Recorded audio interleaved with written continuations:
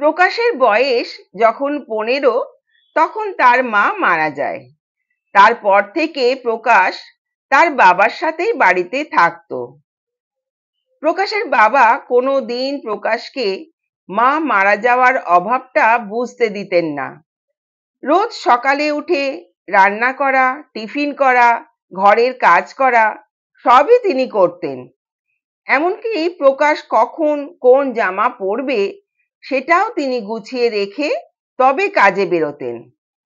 ওনার ইচ্ছে ছিল ছেলে বড় ইঞ্জিনিয়ার হবে, কিন্তু সেটা আর হয়ে ওঠেনি। কলেজের পড়াশোনা শেষ করে প্রকাশ তার এক বন্ধু কুণালকে সঙ্গে নিয়ে কাপড়ের ব্যবসা শুরু করে। আস্তে আস্তে ব্যবসা ক্রমশ বড় হতে লাগলো। একদিন দুপুরে প্রকাশ বাড়ি ফিরে দেখে তার বাবা বিছানায় শুয়ে আছে। সে বাবাকে জিজ্ঞাসা করে, কি হয়েছে বাবা? উত্তরে তিনি বলেন, ভীষণ বুকে ব্যথা করছে, শরীরটা খুব খারাপ লাগছে রে, তাই আজ আর বেরোতে পারলাম না। শুনে প্রকাশ কুণালকে ফোন করে ডেকে নিল। দুজনে মিলে ওনাকে হাসপাতালে ভর্তি করলে কিছুদিন বাদে প্রকাশের বাবা মারা যান। প্রকাশ আত্মীয় স্বজন সবাইকে খবর দেয়। খবর পেয়ে তারা প্রকাশের বাড়িতে আসে। যার কিছু নিয়ম কানুন আছে সব হয়ে যাওয়ার পর আত্মীয়রা সবাই যে যার বাড়ি ফিরে যায়। কিন্তু প্রকাশের মামা তাকে বলে, তুই আমার বাড়ি চল, আজ থেকে তুই আমাদের সঙ্গেই থাকবি, এখানে একা একা থেকে কি করবি বলে জোর করে প্রকাশকে তার মামা নিজের বাড়ি নিয়ে চলে গেলেন। প্রকাশের সুবিধাই হলো, কারণ কুণালের বাড়ি ছিল প্রকাশের মামার বাড়ির সামনে, আর সেই জন্যই কুণালের সঙ্গে প্রকাশের বন্ধুত্ব এত গাঢ়। ছোটবেলা থেকেই পড়াশোনা, খেলাধুলো, আড্ডা এইসব নিয়ে দুজনেই একসঙ্গে বেড়ে ওঠে। কুণাল প্রকাশকে ভীষণ ভালোবাসতো। যা কিছু পছন্দ হতো সে জামা প্যান্ট, জুতো, পেন, ঘড়ি সব সময়ই দুটো করে কিনতো। দুটো একই রঙের হতে হবে, তা না হলে কুণাল কিনবেই না। একটা নিজে নেবে আর একটা প্রকাশকে দেবে। কুণালের মা, বাবা, বোন এদের সঙ্গেও প্রকাশের সম্পর্ক ভালো। বোন শিউলিকে যবে থেকে প্রকাশ চেনে সবকিছু ভুলে গেলেও শিউলির জন্মদিনে কেক আনতে কোনোদিনই ভুলতো না প্রকাশ। একসঙ্গে সবাই মিলে কেক কাটা, খাওয়া দাওয়া, খুব মজা হতো শিউলির জন্মদিনে। এই দিনটার জন্য ওরা সকলেই যেন সারা বছর অপেক্ষা করে থাকতো। এইভাবে দিনগুলো কাটতে লাগলো। প্রকাশের মামাতো বোন বকুল শিউলিকে নিয়ে প্রকাশকে নানা রকম ঠাট্টা ইয়ার্কি করতো। কিরে দাদা, শিউলিকে কবে বিয়ে করছিস? খুব সুন্দর দেখতে, তাই না? তবে আমার থেকে সুন্দর নয়, বল দাদা। বকুল খুব সুন্দর একটা শাড়ি কিনে প্রকাশকে দিয়ে বলে, দাদা, এবছর শিউলির জন্মদিনে এই শাড়িটা শিউলিকে দিস, ওর খুব পছন্দ হবে, শাড়িটা সুন্দর। প্রকাশ শাড়ির কি আর বোঝে, শাড়ির প্যাকেটটা আর কেক নিয়ে শিউলির জন্মদিনে তার বাড়ি গেল। শিউলিকে প্রকাশ শাড়িটা দিল। শাড়িটা দেখে শিউলি বলল, বাহ, খুব সুন্দর তো শাড়িটা, তোমাকেও কিন্তু আজ এই শার্টটা পরে বেশ হ্যান্ডসাম লাগছে। তারপর কেক কাটা, খাওয়া দাওয়া, গান বাজনা, খুব ভালো কাটলো দিনটা। এর কিছুদিন পরে একদিন হঠাৎ কুণাল প্রকাশকে ফোন করলো। বলল, প্রকাশ, আজ আমার বাড়ি আসিস তো একবার, শিউলির পাকা কথা, তুই পাশে থাকলে মনে জোর পাবো। প্রকাশ, কখন যাব বল, আমি ঠিক পৌঁছে যাব। কুণাল, বিকেলের দিকে আসবে বলেছে ছেলের বাড়ির লোকেরা। প্রকাশ, তুই চিন্তা করিস না, আমি ঠিক সময়ে পৌঁছে যাব। বিকেলে ছেলের বাড়ির সবাই এলে শিউলির বিয়ের দিন ঠিক করা হয়। বিয়ের দিন ঠিক হয়ে যাওয়ার পর থেকে শিউলি কেমন চুপ হয়ে গেল। তা দেখে কুণাল প্রকাশকে বলল, ভাই, আমার একটা কাজ করবি? শিউলিকে একটু জিজ্ঞাসা করবি ওর ছেলেকে পছন্দ তো? প্রকাশ: আচ্ছা, আমি কালকে ওর সাথে কথা বলে নেব। পরের দিন প্রকাশ শিউলিকে বলে, কি পছন্দ তো সন্দীপকে? শিউলি বলল, ওই একরকম আর কি, তবে তোমার মতো এত হ্যান্ডসাম নয়। দেখে তো ঠিকই লাগলো। তুমি একবার ফোন করে কথা বলো। তুমি কথা বললে ঠিক বুঝতে পারবে। দেখো কোথাও প্রেম করে কিনা। প্রেম করলে খুব ভালোই হয়, তাহলে আর আমাকে বিয়ে করবে না। দেবো ওর ফোন নাম্বারটা? সেদিন যাওয়ার সময় আমাকে দিয়ে গেছে। বলে সন্দীপের ফোন নাম্বারটা প্রকাশকে দিল। প্রকাশ: ঠিক আছে, আমি ফোন করে কথা বলে নেব। শিউলির সঙ্গে কথা বলে বাড়ি ফিরল প্রকাশ।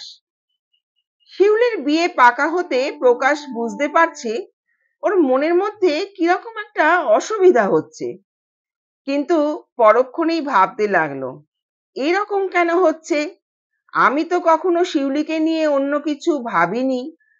কখন ও আমার মনের এত গভীরে জায়গা করে নিল যে ওর বিয়ে ঠিক হতেই আজ আমার মনটা এরকম খারাপ লাগছে? কিছুক্ষণ বাদে ভাবলো, না, এটা ঠিক হচ্ছে না। আমি হয়তো কোথাও ভুল করছি। শিউলি তো কখনো আমাকে সেরকম কিছু বলেনি। ইতিমধ্যে সন্দীপের সঙ্গে প্রকাশ ফোনে কথা বলে নিয়েছে। সন্দীপ একদিন বাইরে দেখা করে শিউলির সঙ্গে কথা বলতে চায়। সেই মতো শিউলিকে প্রকাশ বলে। শিউলি বলে, না বাবা, আমি একা যাব না, তুমি চলো আমার সঙ্গে। প্রকাশ: পাগল মেয়ে, তোরা দুজনে কথা বলবি আর মাঝে বসে কি করব আমি?